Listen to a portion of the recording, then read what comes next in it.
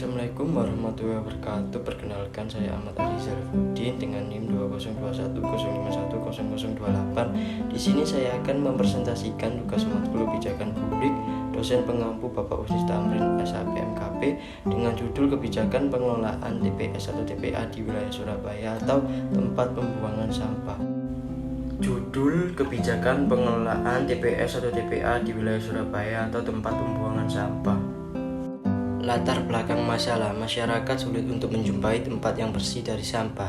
Di Surabaya yang merupakan kota terbesar kedua di Indonesia, jarang ditemukan tempat yang bersih dan jauh dari sampah. Sampah merupakan material sisa yang tidak diinginkan setelah berakhirnya suatu proses. Sampah yang berasal dari masyarakat harus memiliki suatu proses pembuangan akhir yang dapat memproses sampah-sampah tersebut agar tidak memberi dampak negatif bagi masyarakat. Kota Surabaya menunjukkan perkembangannya pada aspek ekonomi dan sosial. Dari pelaksanaan kajian yang dilihat dari TPA lokasi Benowo, maka perlu adanya upaya pengelolaan terhadap air lindi yang ada di sebelum dibuang ke sungai. Pada konsep ini menggunakan proses biologis secara aero dengan menggunakan sistem aerasi bertingkat dengan menggunakan variabel debit 100, 150, 200, 150, 300 mili per menit dan rasio resolusi 20%, 25%, dan 30%.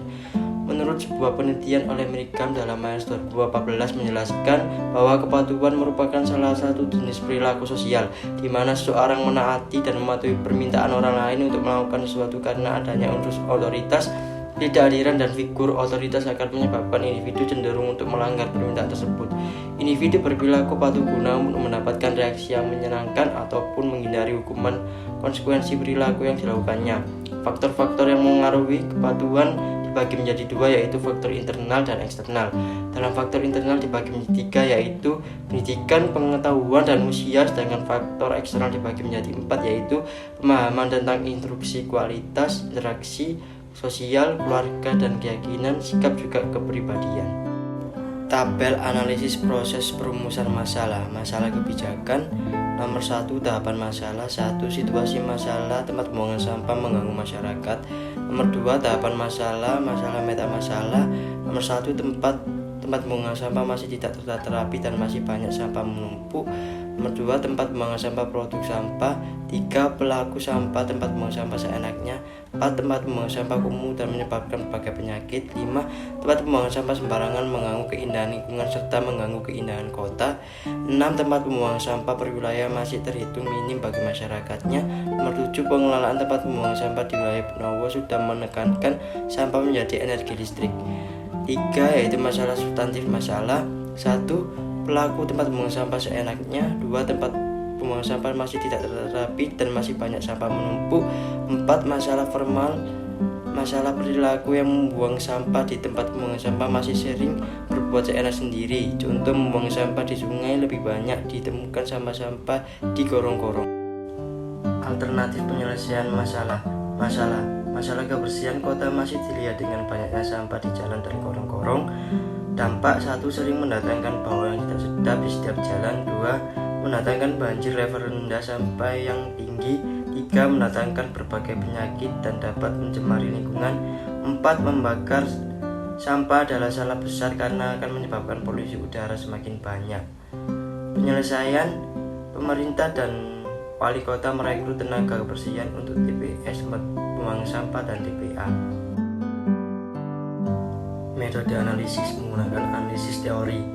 Mengembangkan alternatif kebijakan dengan analisis teori adalah menunjukkan penggunaan teori sebagai sumber dari alternatif kebijakan untuk menyelesaikan masalah publik.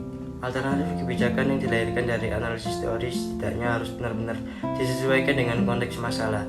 Pemerintah dan wali kota lebih banyak merekrut tenaga kebersihan untuk tempat pembuangan sampah atau TPA dikarenakan keindahan kota akan terjaga lingkungannya. Lingkungan hijau dikarenakan Surabaya telah memiliki luas ruang terbuka hijau terbesar 26% dari keseluruhan luas wilayah kota Surabaya. Maka perlunya untuk masyarakatnya menjaga pembangunan sampah secara tidak sembarangan. Upaya pengurangan sampah tersebut dengan model 3R oleh masyarakat telah dilakukan sejak dari rumah, sehingga sangat membantu menekankan jumlah sampah yang dibawa tempat untuk pembuangan akhir sampah. Conclusion atau kesimpulan.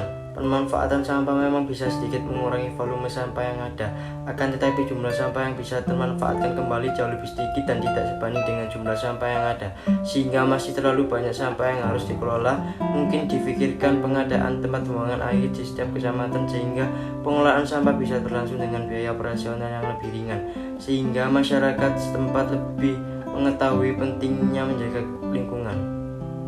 Sekian presentasi dari saya, terima kasih. Wassalamualaikum warahmatullahi wabarakatuh.